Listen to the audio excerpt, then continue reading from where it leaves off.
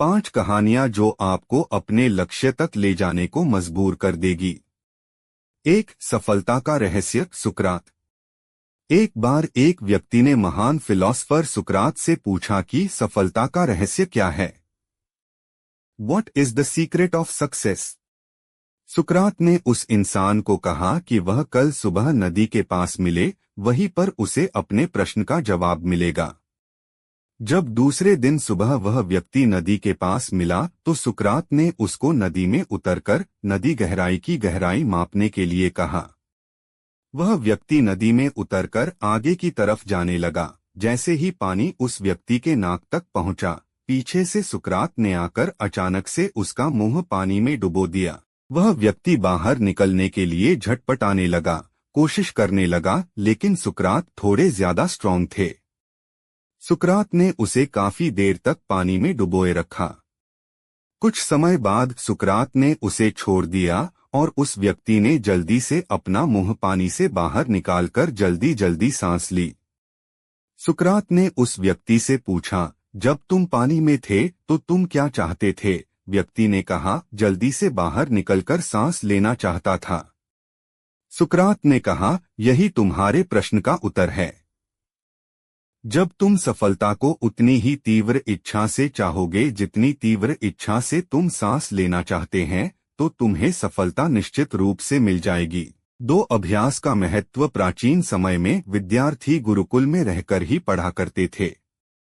बच्चे को शिक्षा ग्रहण करने के लिए गुरुकुल में भेजा जाता था। बच्चे गुरुकुल में गुरु के सानिध्य में आश्रम की देखभाल किया करते थे और अध्ययन भी किया करते थे। वरदराज को भी सभी की तरह गुरुकुल भेज दिया गया। वहां आश्रम में अपने साथियों के साथ घुलने मिलने लगा, लेकिन वह पढ़ने में बहुत ही कमजोर था। गुरुजी की कोई भी बात उसके बहुत कम समझ में आती थी। इस कारण सभी के बीच वह उपहास का कारण बनता है। उसके सारे साथी अगली कक्षा में चले गए, लेकिन वो आगे नहीं बढ़ पाया। गुरुजी जी ने भी आखिर हार मानकर उसे बोला, बेटा वरदराज, मैंने सारे प्रयास करके देख लिए हैं। अब यही उचित होगा कि तुम यहाँ अपना समय बर्बाद मत करो। अपने घर चले जाओ और घर वालों की काम में मदद करो। वरदराज ने भी सोचा कि शायद विद्या मेरी किस्मत में नहीं है और भारी मन से गुरुकुल से घर के लिए निकल गया। दोपहर का समय था। रास्ते में उसे प्यास लगने लगी। इधर उधर देखने पर उसने पाया कि थोड़ी दूर पर ही कुछ महिलाएं कुएं से पानी भर रही थी। वह कुएं के पास गया।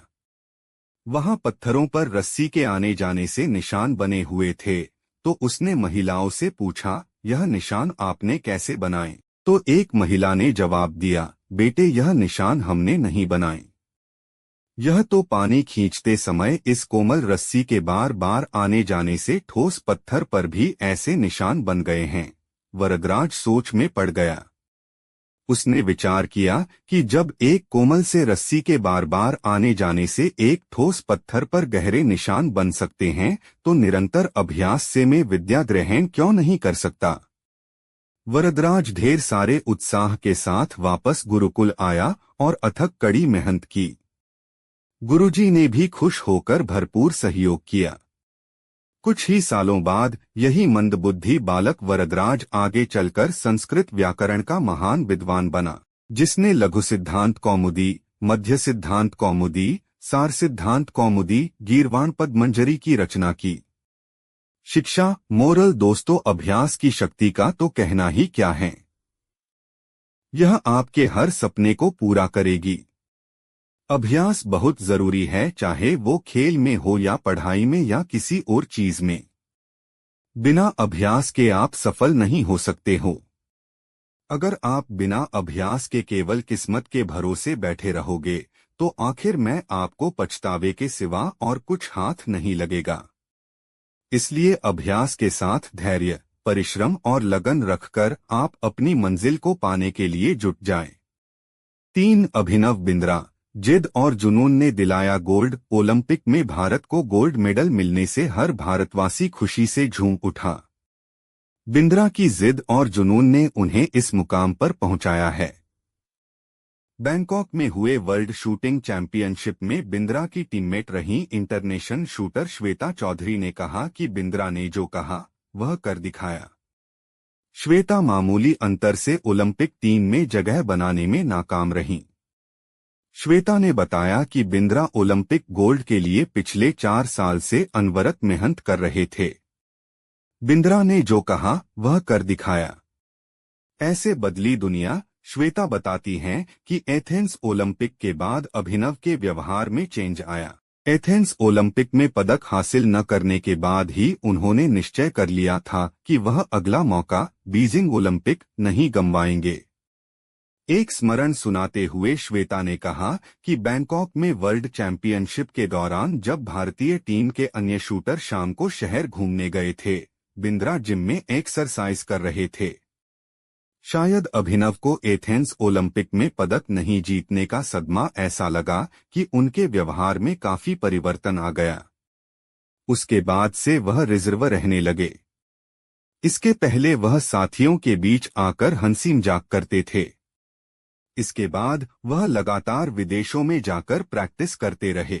अभिनव बिंद्रा जिद और जुनून ने दिलाया गोल्ड। श्वेता ने बताया कि बिंद्रा ने स्वयं ही अपने लिए प्राइवेट कोच, पैथोलॉजिस्ट व फिजियो नियुक्त किया था। इसके बावजूद छोटी प्रतियोगिताओं में उनके मेडल न जीतने पर कई बार उनकी आलोचना भी हुई, परंतु उनको जानने वाले जानते थे कि अभिनव में वह क्षमता है जो वक्त आने पर बड़ी प्रतियोगिता में अवश्य दिखेगा। उनका टारगेट ओलंपिक ही था। 4 भारत रत्न प्राप्त डॉक्टर एपीजे अब्दुल कलाम। अब्दुल कलाम का जन्म 15 अक्टूबर 1931 को तमिलनाडु के एक गांव धनुषकोडी में हुआ था।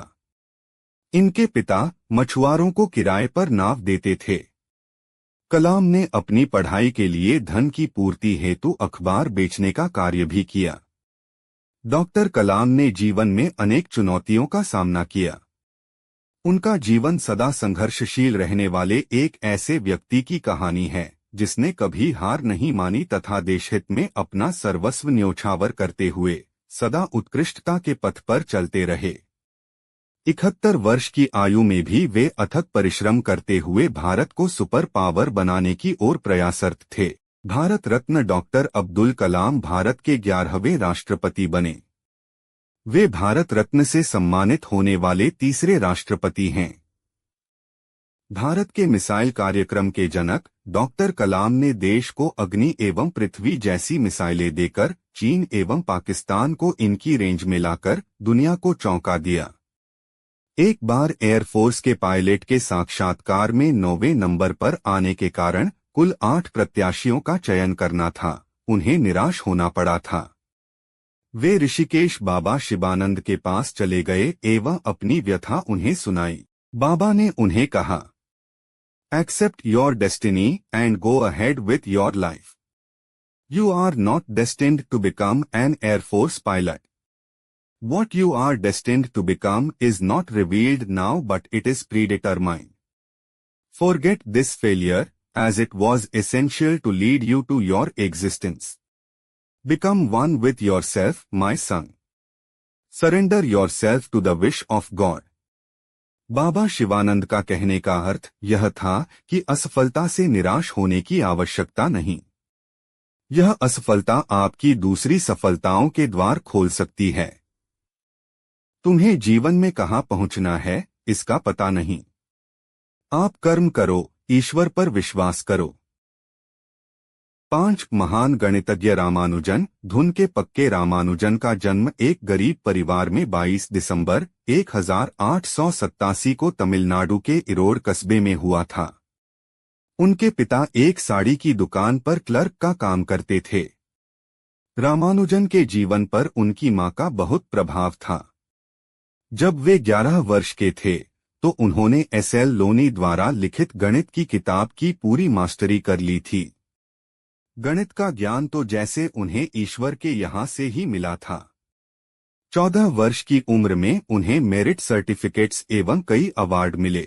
वर्ष 1904 में जब उन्होंने टाउन हाई स्कूल से स्नातक पास की तो उन्हें के रंगनाथा राव पुरस्कार प्रधानाध्यापक कृष्ण स्वामी अय्यर द्वारा प्रदान किया गया। वर्ष 1909 में उनकी शादी हुई। उसके बाद वर्ष 1910 में उनका एक ऑपरेशन हुआ। घरवालों के पास उनके ऑपरेशन हेतु पर्याप्त राशि नहीं थी। एक डॉक्टर ने उनका मुफ्त में यह ऑपरेशन किया था। इस ऑपरेशन के बाद रामानुजन नौकरी की तलाश में जुट गए। वे मद्रास में जगह जगह नौकरी के लिए घूमे। इसके लिए उन्होंने ट्यूशन भी किए। वे पुनः बीमार पड़ गए।